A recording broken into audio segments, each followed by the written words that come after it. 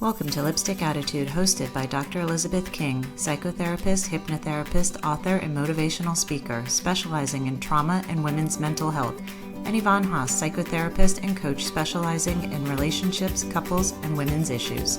This show is your dose of inspiration, information, and laughter. In each episode, Dr. King and Yvonne bring you hacks, tips, and inspiring stories to help you live a successful life. So ladies, grab your lipstick. It's time to do this. The Lipstick Attitude podcast is powered by Suit Stilettos and Lipstick Foundation, a nonprofit movement to empower women and children from all walks of life to be resilient, self-confident, and purposeful leaders through education, mentorship, and community outreach. To learn more, visit sslwomen.org. Please note that this show is intended to empower and educate. It is not meant to be utilized as a substitute for individual therapy. Well, hello, everyone. Good morning. Good morning. This is another episode of the Lipstick Attitude, and I am your host, Dr. Elizabeth King, and my co-host is Yvonne Haase. Hi, Yvonne. Good morning. Good morning. How are you? I am fabulous. And today we have an amazing guest, Dawn Masler, and she's here with us. Hi, Dawn. Hello. Good morning. Good morning. Good morning. I say you're here with us, but where are you exactly? Are you I'm in Fort Lauderdale. you're still in Fort Lauderdale? Yeah. Okay, good. We have people from all over the world, so it's really interesting to find out where you're calling from. And I say, you're here with us. Maybe not so much. You're not here with us, just on the Zoom line. So welcome, everyone. I hope everyone has subscribed to the Lipstick Attitude. We have amazing episodes, one after the other. Every single one of our guests has incredible information to share with you. And today we have Dawn, and I know you're going to love this particular show, ladies. I know you're gonna love it because we had Dawn in our 2017 conference, and I know every woman was glued taking notes to everything you said because she talks about love. Love, yes, who doesn't want love? So let me tell you a little bit about Dawn. Dawn is an adjunct biology professor, two-time TEDx speaker, and author of Men Chase, Women Choose the Neuroscience of Meeting, Dating, Losing Your Mind, and Finding True Love. She is also known as the Love Biologist. Oh my goodness. I want to know, Dawn, welcome. What is the Love Biologist? What does that mean? Well, as you know, as an adjunct professor, so I've been teaching biology for a number of years, but I really wanted to understand love.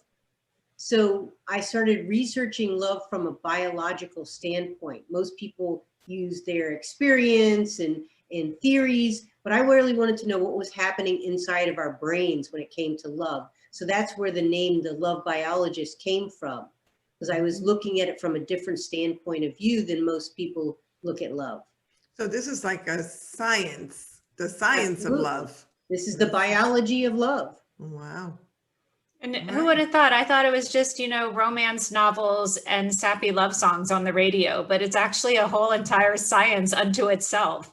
Yes, I actually get some people that argue philosophy to me, and I'm like, no, you don't understand. This is the science of love. It's not the philosophy of like, they come up and say, there's 4 different types of love. I'm like, no, I don't think so, but.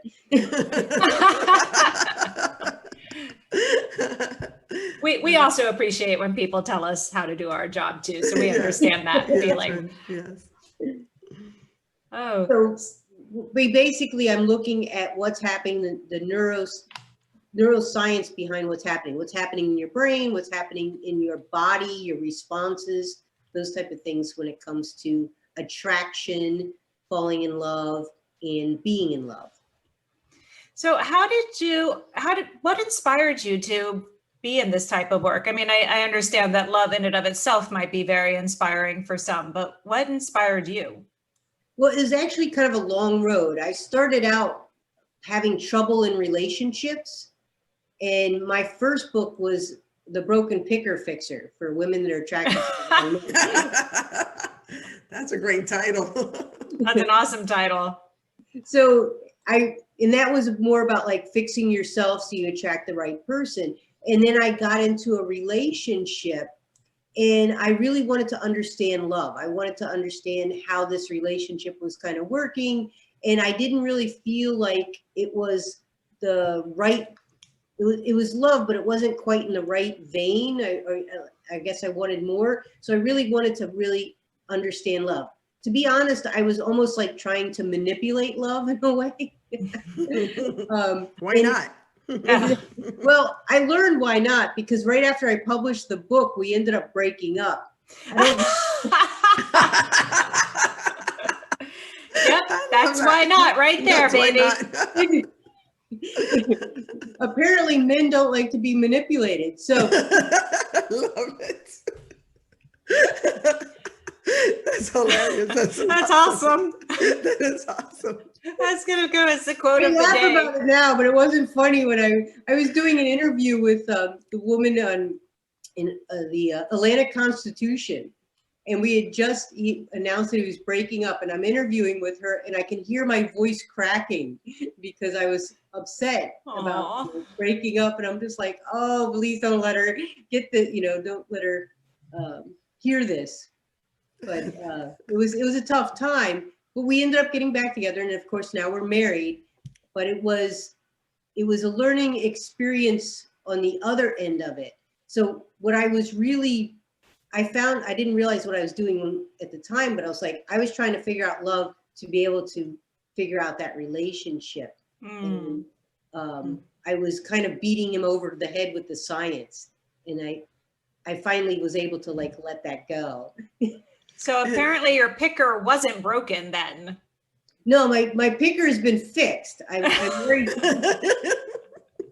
am married to a wonderful man, but I needed to be more authentic in the relationship and less in my scientific brain and more in my heart.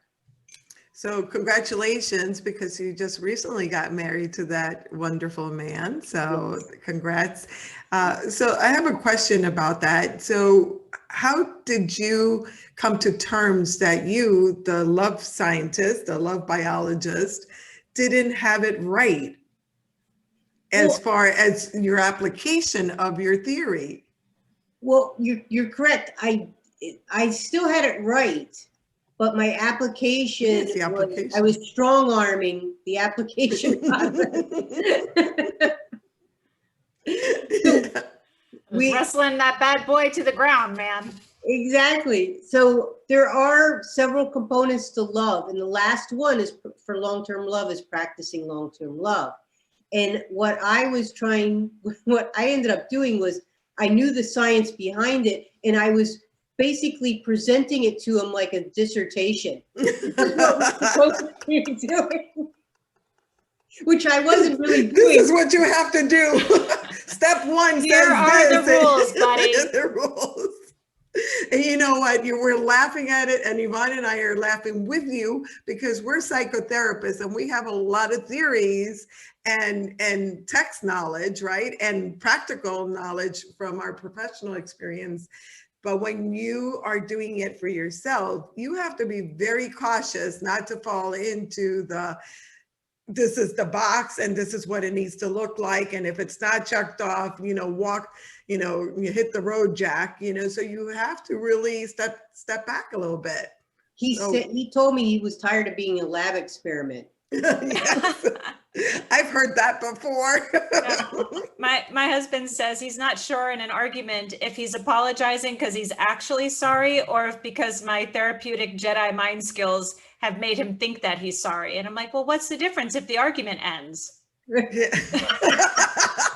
Good point. I'm going to use that quote. You're welcome too. You have been manipulated. Exactly. Bam. Totally get it. Totally get it. Well, let's talk a little bit more about the science. So what is the difference between attraction and true love? Because I know you talked about that on stage, and the women need to know this. What's the difference? Well, so attraction is usually that feeling with like the butterflies in your stomach and your pupils dilate, your palms get sweaty. That's actually the same experience as fear. It's the same biological. Really? As it should be. We should not tell the men this right now. If you're scared, you're right on. You're good, baby. You're good. There's a subtle line between fear and thrill. Fear and excitement. Yes. So fear, excitement is just fear that you're enjoying, and distress is fear you're not enjoying. So attraction is really kind of fear that you're enjoying, and fear actually heightens traction. So that's one of the reasons why a lot of women are attracted to the bad boy and to the not to the guy that's not necessarily available, because that fear. They did a study, and it was a bridge study where they had people walk along this bridge that was high up, and it was really scary. And you look down, it was kind of a rickety bridge. And then they had to meet a person at the end of that bridge or in the middle of the bridge, and they measure the attraction. And what they found is that the person that was on that high bridge, as opposed to somebody on a small bridge over a babbling brook, had a heightened sense of attraction to meeting the person on the bridge. Wow. So they realized that that feeling, that adrenaline, that norepinephrine that you're secreting is what's causing the attraction. That's why your pupils dilate. That's why time seems to slow, because we have that same accident, or that if you're involved in an accident, you have that same type of response. If you've ever had a near miss where time kind of slows, you can see what's going on, and it's kind of like that. It's, you know, almost like in a underwater feeling, because some of the sound gets distorted out. That's the same thing that happens with attraction. You walk into the room, your eyes meet, the music stops playing, and a different type of music plays, and all you can see is him. That's fear, ladies. It's It's hilarious. That's awesome. But the problem is we think that's love, and we get into this relationship, and it's called misappropriation of love, or misappropriation of attraction. And I was getting into these relationships with these guys because I thought, oh, it's got to be love. I had the feeling. And the problem is, in order to keep getting that feeling, I had to heighten the fear. So we end up getting into these dramatic type relationships, these on again, off again relationships, these fighting relationships, because we're still trying to get that feeling back. So the classic example, and I'm kind of aging myself a little bit, but is Tommy, or it was Pamela Anderson and Tommy Lee, right? They had this crazy on again, off again relationship that ended up at the end of 2.5 years, ended when he did 4 months in jail for domestic violence. So that's where those relationships tend to be. And that's what I was finding myself into, because I didn't understand attraction and love. And then I learned before I even wrote the book that it was different. And that's when I ended up getting into a different type of relationship.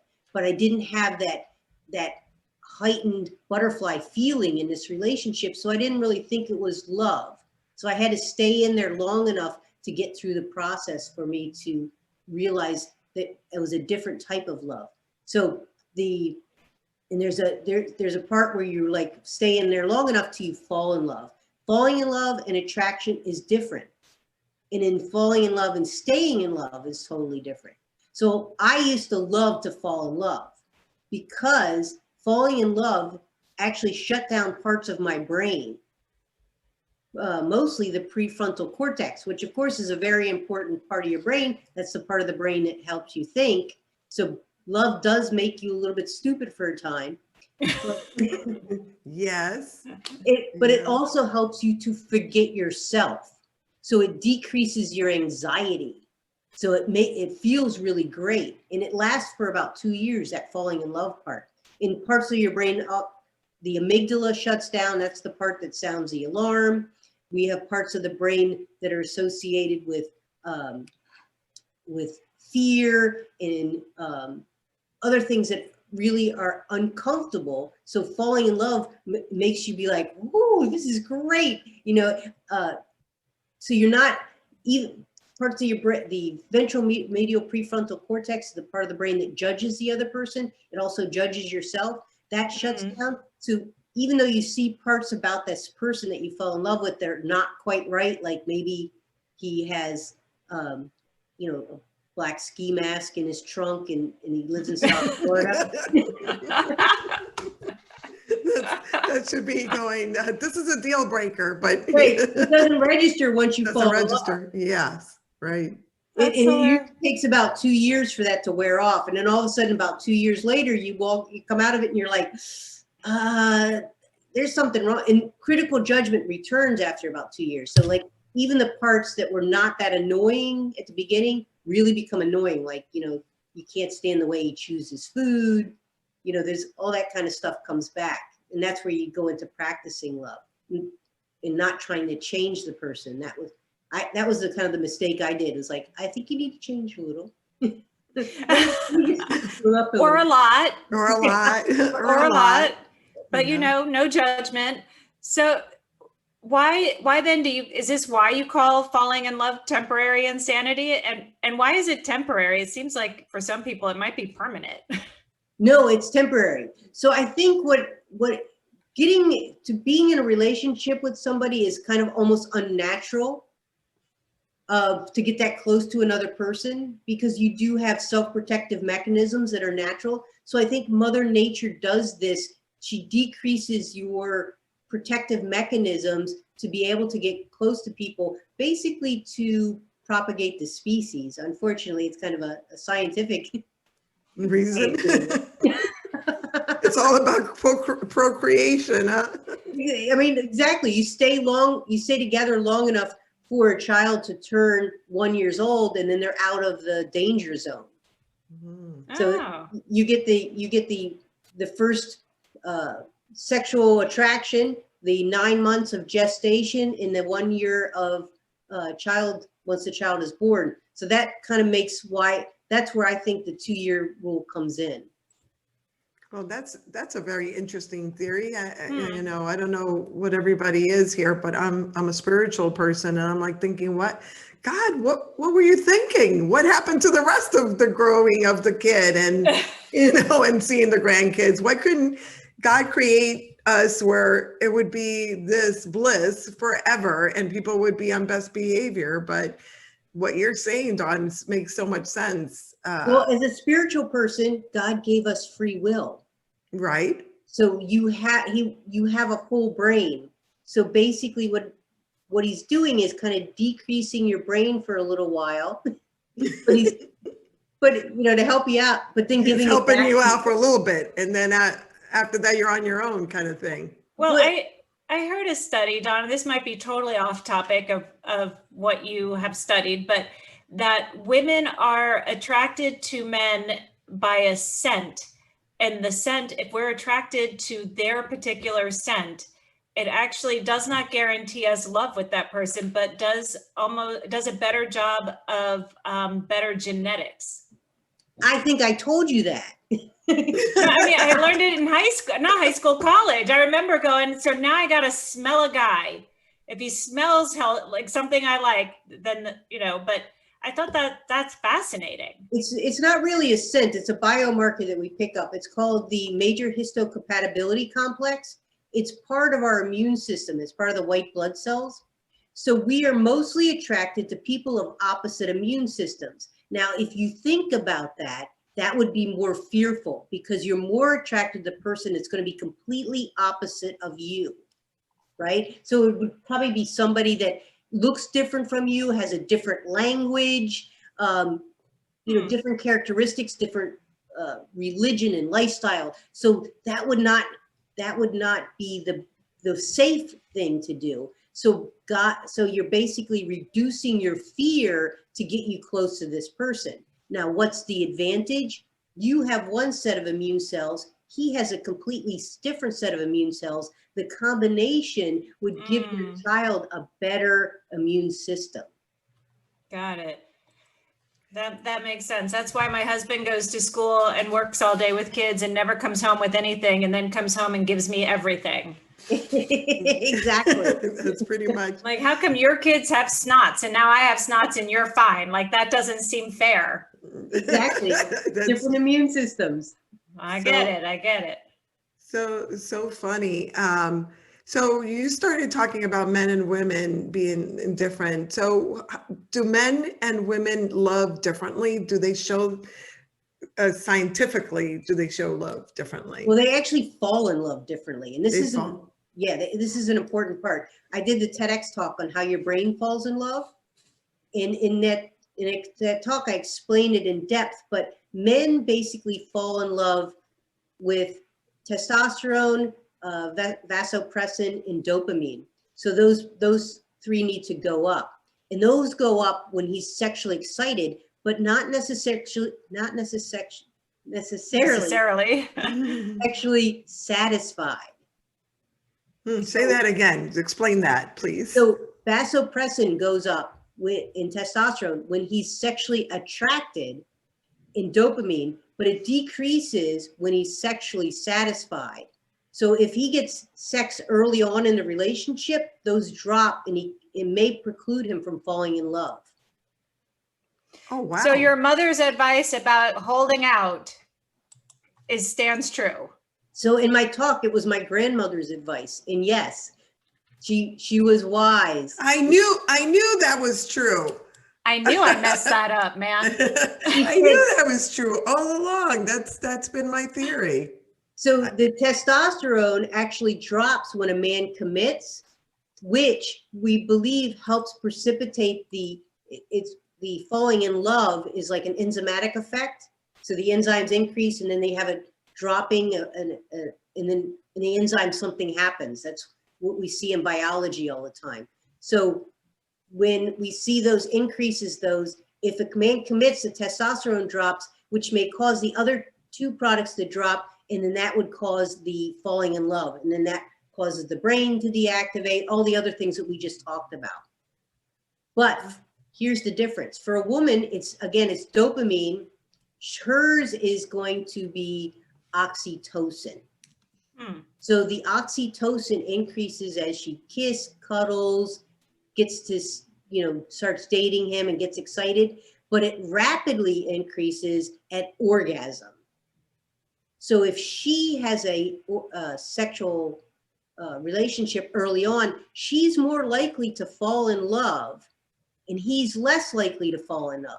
Now, once she falls in love, remember those parts of the brain deactivate.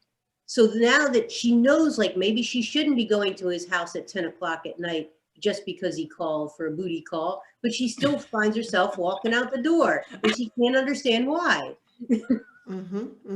Because she's fallen in love and he hasn't. Oh my God, listen, it is amazing we make this stuff work together in relationships.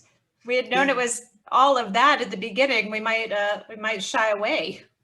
Well, but I'm not saying that all men are like that. The higher testosterone men are less likely to fall in love. There are some men out there that are actually kind of, in that part of my study, I was taking testosterone samples of men, and I was like, this is really weird. Some that are not in relationships have testosterone levels of commitment. Why is that? And the reason is because testosterone is an expensive, for the body wise, an expensive hormone to keep elevated. So that men are on the prowl all the time have elevated testosterone, but men that are not really looking, their testosterone will naturally lower. And then if they happen to bump into a woman, they're more likely to fall in love quickly, especially if he thinks he's got a big prize. Okay. So it's not necessarily all men that you're taking that risk for. So I've had people go, well, I had sex early on and we still fell in love. And it's like, yeah, it doesn't apply. You're taking a risk there, in that worked out for you, but it depends on the man. So if you've got a guy that really has a lot of women, then he's going to be the higher testosterone guy. And there's a part of the brain called the pursuit spot. The guy that's really in pursuit has higher testosterone levels. So are those our bad boys? Yes. I love me some bad boys from a Yeah, distance. bad boys, we call From a them distance. players. We have all kinds of names for them.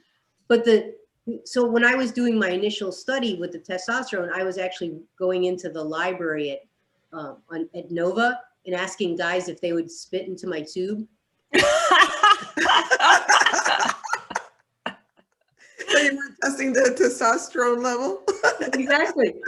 So it appears that a lot of the guys that are spending their Friday nights in the library may have lower testosterone levels.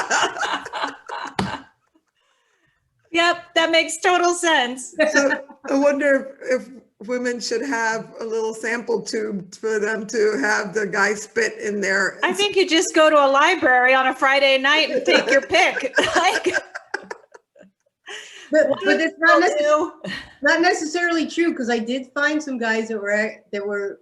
I had one of the guys. I asked for the sample, and I said, "Are you in a committed relationship?" And he said, "Oh no." The question was, "Do you cheat?" Because that was part of my research. I said, "Do you cheat?" And he handed me his card and went, "Yes, I do." Oh, wow. And didn't hold back on that, huh? No. Oh, The man's wow. got a card. I think it's called a player card. There's a or player frequent card? flyer card, something. Wow, wow. So let's ask you this question, because I know all of our women listening to this program are going to be asking this. What would be the top 3 tips for a woman to find true love? Well, so the top 3 tips is don't rely just on the feeling. You take the time to get to know the person, and sometimes you may not be necessarily completely attracted to him, but once you start talking to him, he'll grow on you. That's the better relationship. Grow on you like a wart. Exactly. Like fungus. My husband's like a fungus. Oh, poor Ryan. I mean, just generally. Ryan already knows he's a fun guy. Trust me. Tip 2 is, once you fall in love, you get that great feeling and all that stuff, realize that there is a time limit on it. And then you're going to turn into real love. And that's tip 3. True love becomes from a feeling to a practice. So you have to start practicing love, and then you'll start feeling it. So if you feel like something has happened in my relationship, I lost that loving feeling, all you need to do is work harder at practicing love, and then you'll get that feeling back. Because once if we look at our brains, the falling in love looks like cocaine, that feeling of cocaine, that craziness, woo. And being in love is still like a drug in a way, but it is in the back of the brain on the opioid receptors. So it's more like heroin. So falling in love is cocaine, being in love is heroin. It's a mellower feeling, but it actually has analgesics abilities, pain relieving abilities. It also shares neurons with morals and ethics. It's a more wholesome and great feeling love, but it's a different type of love. So understanding those are important at the beginning, at every stage of your relationship. You got one more tip to give. That was the third. That was the third? So the attraction, realizing falling in love is limited time period. Oh, the limited time. Okay, yeah. perfect. And then third is practicing love. So what happens to the brain during heartbreak then? Oh, yes. So one of the things that happens in the brain, which is really kind of weird, when we fall in love, our serotonin level drops. Serotonin is the hormone of happiness. So if we break up, particularly early on in a relationship, it feels really painful because low serotonin is associated with depression. Mm-hmm. So that's one of the problems when it comes to, particularly when a woman falls in love and he doesn't. So she's really left with this, like she's fallen in love, her serotonin level's low, she's really in dire straits. So Gotcha. To combat the heartbreak, the best thing you can do is try to take care of yourself. Do things that you find fun, get out. Don't play those sad songs. Don't watch those sad movies. Don't do any of that. Just get out and enjoy yourself, and that brings back your serotonin level more rapidly. So all those movies that they make about sitting there eating bonbons and drinking the bottle of wine and prank calling him are probably all bad ideas for your serotonin the level. bonbons are okay. Bonbons will boost up your serotonin and dopamine a little bit. But all the rest of it is bad. It just keeps it lower. Interesting. Wow. And of course, alcohol is a depressant. Yeah. So you're throwing that on top of being depressed. That's bad too. How about getting out and getting a rebound right away? So what is it? The best way to get over a man is getting underneath another one? Yeah. What do you think about that? Does that help? Sounds good. You can, I would date without sex though, because you're in a position where you're more likely to fall in love again and create the problem all over again. But you can get out and start dating, just avoid the sex for a while. Good advice. Good advice. Well, I think that was the same advice we should take when we meet the guy that we like too, is avoid the sex for a while then. Absolutely. Remember, he's more likely to fall in love by delaying the sex. So ladies, when you're out there, tell him it's not that you don't want to sleep with him. It's just that you're avoiding sex so that you can fall in love, and see if that guy sticks around. Yeah, you probably don't want to say that. No, absolutely not. Remember I talked about commitment. So the commitment drops the testosterone level, which precipitates him falling in love. So that's the only conversation you need to have is if you get in a mutually exclusive relationship, he's more likely to fall in love. I love it. So speaking of the commitment test, you were at our 2017 Suits, Stilettos, and Lipstick conference, and you spoke about the commitment test. And I'm sure a lot of our ladies went home and said to their husband, boy, do I have a test for you to take. You know, so whatever happened with that commitment test that you talked about? As you can imagine, I got a lot of pushback from that test.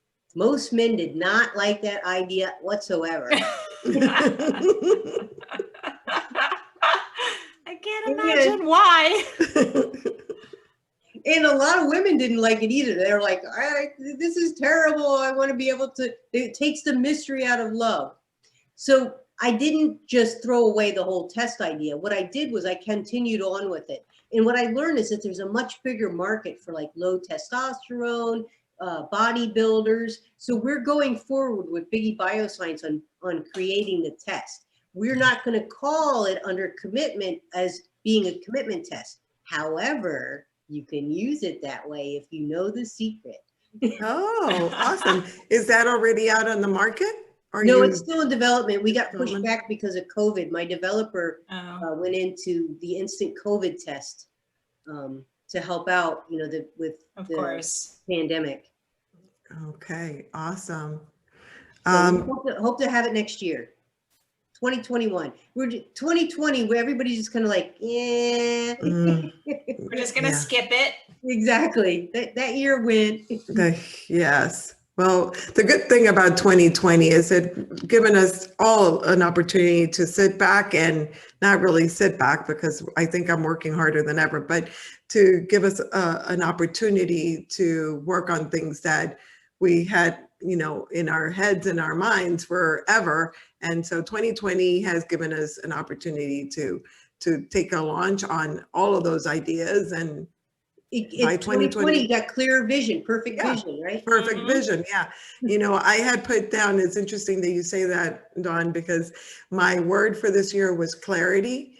And then when COVID happened, I said, okay, there goes that idea. And honestly, now in October, at the end of October, beginning of November, I have never been so clear on what I want to do with my life and how I see my journey moving forward. So clarity has, in a roundabout way, become the thing. 2020 for sure. Yeah, it's hard to predict how things work. Oh my goodness, it's crazy. For sure. For sure. So what would be what would you want to make sure that our listeners take from your message today, be they men or women? Well, life is a process. It's a rolling process, but what I like to take from the whole love thing is that love is a process. It does take steps and it does take time.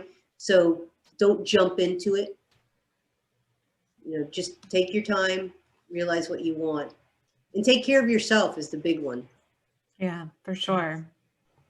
Well, this question we ask all of our guests because we feel that what we do in SSL is help people find their voice and help them define their legacy. And so I always love to end our program with asking the question, what do you hope your legacy to be?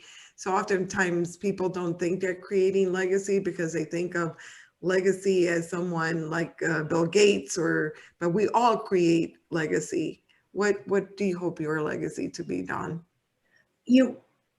When you first mentioned that, I was like, I'm too young to have a legacy yet. But I guess my legacy would be don't be afraid to make mistakes. Just keep going forward. So, you know, I published the book. My relationship broke up. It felt like a mistake, but we got back together. I started the test. It didn't quite. I got a lot of pushback, but I'm going in a different direction. So we're still developing. So it just keep moving forward and don't worry about mistakes. I love it. I think when you talk about legacy and that you're too young to create your legacy, I say, no, not at all. You're creating your legacy. Everything that you're talking about is creating a legacy because it's making an impact on people. And that's what legacy is how do you impact people? And you certainly are. What you just shared right now, I am sure will touch millions of lives, because if people just share that information, how many times could you have saved yourself from heartache, or just the understanding of where heartache is coming from, and what is really happening in your body when you fall in love or you think you're falling in love. Those are very important questions. So the work that you're doing, the talks that you're delivering, and the message that you're sharing, I think are definitely a big time legacy. So thank you so much, Dawn, for doing that, especially for women, because women are constantly asking the question, you know, how do I know when Mr. Right comes along? How do I know, how to not screw this up again? And I think you're answering all of those questions in a nutshell. So thank you again. Well, thank you for saying that. I really appreciate you. I love it. I love it. And if nothing else, carry around your little test tube and say to the guy, please spit in this test tube. I'd like to have a few things tested. Don't worry, it won't hurt a bit. Exactly. This day and age, we not only have to give them the spit in the tube, but also the swab of the nose. Yeah. We want to know if COVID. I need to know your spit and your nose swab results. Thank you very much. Well, and, and possibly your credit score. Yeah. All important information. All important information. I just need to know, is this going to work, or are you just Mr. for the moment? Well, okay. In my practice, I have my ladies and some gentlemen that I work with on love issues. I have them create a non-negotiable list. And so I would love for them to have all of this information that you shared with their non-negotiable list and see how much better they will do the next time they select a partner. Absolutely. Right?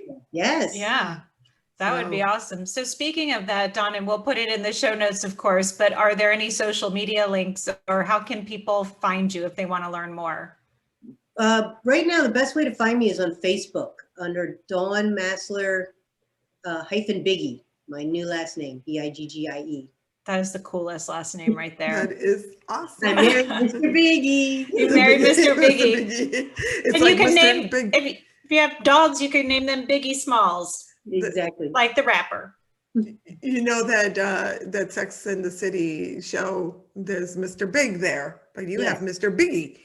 So it's even better. Well, the interesting thing is when I started writing, I had a column in a magazine called Dawn's Sex in South Florida. Oh. Before I ever met Mr. Biggie. Oh, wow. That's really funny. That is really funny. So you're We'll the see- we'll original see you- Sex in Our City then. Yeah, we need to see Dawn, you on the bus, on the bus, on the side of the bus.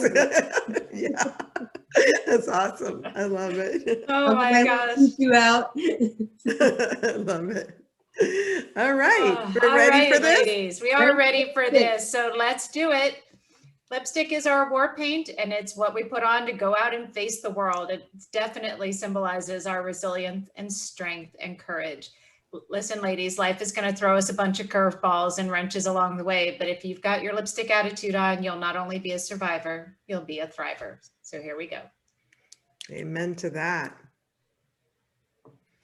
Thank you so much, Dawn. You were awesome. I loved sharing this time with you and getting more information that I can pass along to my patients that I love it. are seeking this love forever. And I hope that you will come back and join us again, because I know we could talk for hours with you. Thank you so much. Absolutely. I love your work. I love being involved with your clan and your tribe. And Thank you. you're doing fantastic work. Thank you so much. Everyone, have a wonderful one. Keep sassy. And don't forget to go on our website, sslwomen.org. We're doing a lot of great things. We have a toy drive coming up. Make sure you're part of that. Let's help the children. December 9th, put it on the save the calendar. And also make sure that you have subscribed to the podcast so that you can get notified every single time there's a new podcast. We love you guys, and just make sure that you go out there and do your thing, because you know what? You're very special and you are enough. Have a great one. Thank you so much. Thank you, Dawn. Thank you. Bye.